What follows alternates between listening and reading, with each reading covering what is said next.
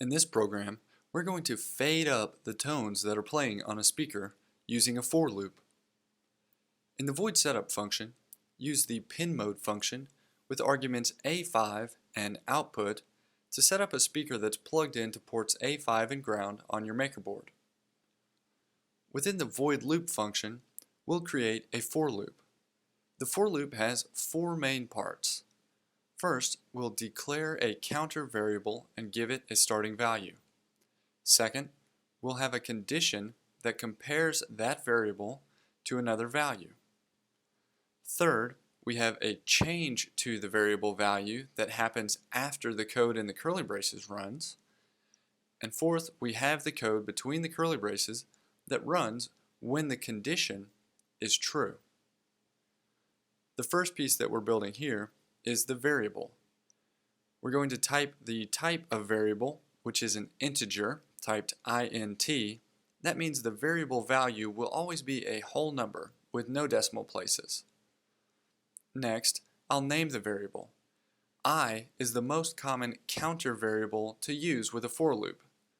After a single equal sign, we'll give I a starting value. I'm using 40 as the starting value of I because I think the speaker sounds best with a minimum hertz value of 40. The condition checks whether the I variable value is less than 1000. If that condition is true, the code between the curly braces will run, and then the I variable will be increased by 1 with this I++ code. So this I++ means I equals I plus 1. The code between the curly braces of this for loop is first a tone function. That has two arguments: the port where you want to play the tone and the hertz value you want to play on that port. In the past, we've used variables here, but we've also used values like 50 or 500. This time, we're going to use the value of the I variable to determine what tone is playing on port A5. The for loop is going to run over and over again over 900 times. So before this void loop runs for the second time, the for loop will have run over 900 times, and we will have heard over 900 different tones played on the speaker. There's a delay function with an argument of 10 milliseconds, which means the code is going to pause on line 12 for 0.01 seconds before the for loop ends. This I++ runs, adding 1 to the value of I. The condition is checked again, and if the condition is still true, the code between the curly braces will run again. Let's look at how this is going to work when you actually have your speaker plugged in. We create a variable that's an integer named I, and it starts at 40. The condition we'll check is 40 less than 1000. It is, so the code between the curly braces is going to run. This tone will play a tone of 40 Hz on port A5.